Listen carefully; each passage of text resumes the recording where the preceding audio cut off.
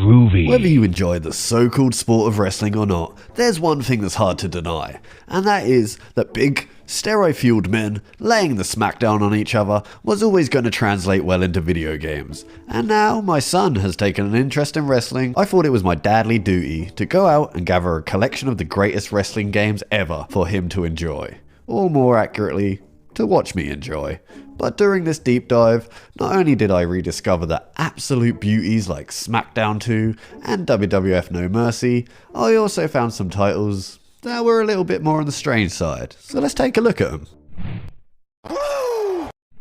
Mr. McMahon is now revving up for his most anticipated, and some say dangerous debut to date. A no-holds-barred battle where the superstars trade in their muscle for muscle cars. Ever wanted to play a budget, Twisted Metal clone that replaces Sweet Tooth & Co. with your favourite WWE superstars? Well, here I present to you WWE Crush Hour, a destruction-based vehicular combat game that features absolutely zero wrestling. Weirdly, this oddball concept actually led to a game that, if not entirely original, is stupidly entertaining, especially when combined with a few friends.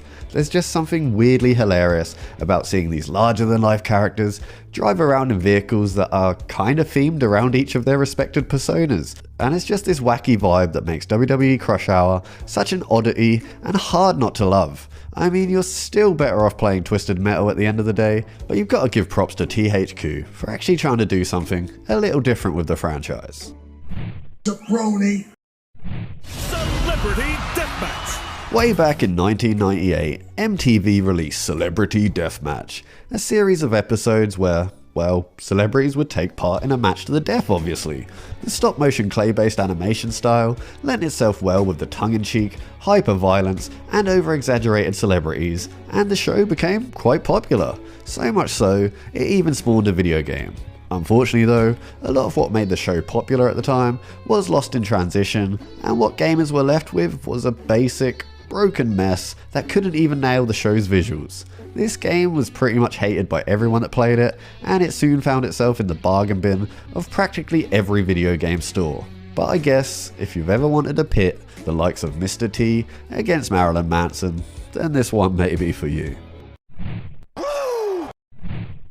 Combining hugely popular franchises with the side-scroll and beat-em-up genre is generally a no-brainer, and normally turns out pretty well, especially when you have the masters of the hidden gems at the wheel. One franchise, however, that probably wasn't the right fit for this type of game was WWE, but that's exactly what gamers got in 2001 with WWF Betrayal, a Game Boy Color exclusive that saw players take control of either The Rock, Undertaker, Stone Cold or Triple H and walk around and punch their way through referees and backstage staff in order to save Stephanie McMahon, and also gain a shot at the championship. Unfortunately though, WayForward couldn't work their magic with this one, and the game was largely forgettable. Jabroni.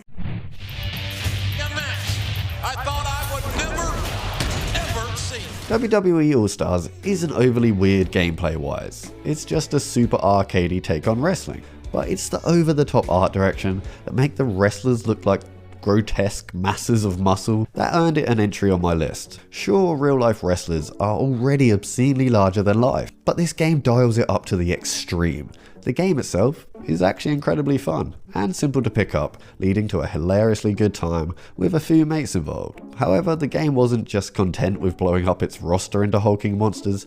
WWE All-Stars also transformed each wrestler's special moves into screen-filling spectacles that are sure to put a smile on your face. It's weird, but goddamn is it fun. Extremely scant ladies wrestling the game equals Rumble Roses, a game that mainly sells itself on its jiggle physics. If this interests you, I'm not judging, but hey, I ain't got much more to say on it. Moving on. Jabroni. It's a whole nother scene. Inside, it's just one big brawl. If you're old as like me, you may remember games such as WCW NWO Revenge, WrestleMania 2000, and WWF No Mercy. Well, these games were brought to us by the legends known as AKI. But when you've cut your teeth and made your name perfecting the wrestling formula, what do you do next? Well, obviously you take your well-refined gameplay mechanics and make a wrestling game that replaces the wrestlers with the hottest hip-hop stars on the planet. Duh. Def Jam Vendetta is legendary, as not only did it give us an insanely good time by combining the world of hip-hop / rap and wrestling, it also paved the way for the godlike Fight for New York. If you haven't played the Def Jam games yet, trust me, you owe it to yourself. But just avoid Icon, okay? Just trust me, avoid Icon. Nacho!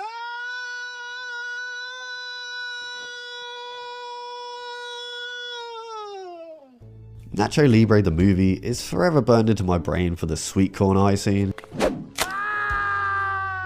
Yeah, you see why? Weirder than that though, is the fact this movie got a tie-in game for the Nintendo DS. And the only way to describe the game is just by calling it a Lucha Acid Trip. From the weird cutout art style visuals to the insane minigames, Nacho Libre the game is actually weirder than the movie it's based off, if you can believe that.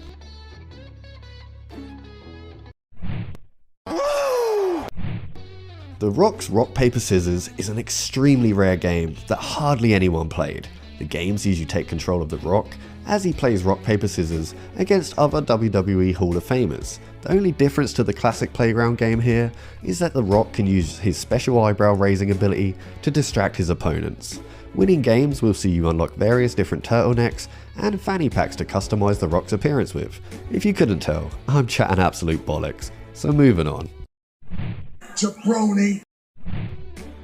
No list of weird or even bad wrestling games is complete until Simpsons Wrestling is thrown into the mix. The much beloved cartoon has many highly acclaimed video game adaptations. Simpsons Wrestling, however, is not one of them. And yet, those born around the same time as me either owned the game or at least played the demo. And I think we can all agree, after about 10 minutes, the novelty of battling your favourite Simpsons characters instantly fades away. Even though the title may imply so, Simpsons Wrestling involves very little wrestling, and basically boils down to spamming the same attack over and over until you win. It gets so tedious so fast. So yeah, if multiplayer can't save your game, then you know you royally fucked up. Jabroni.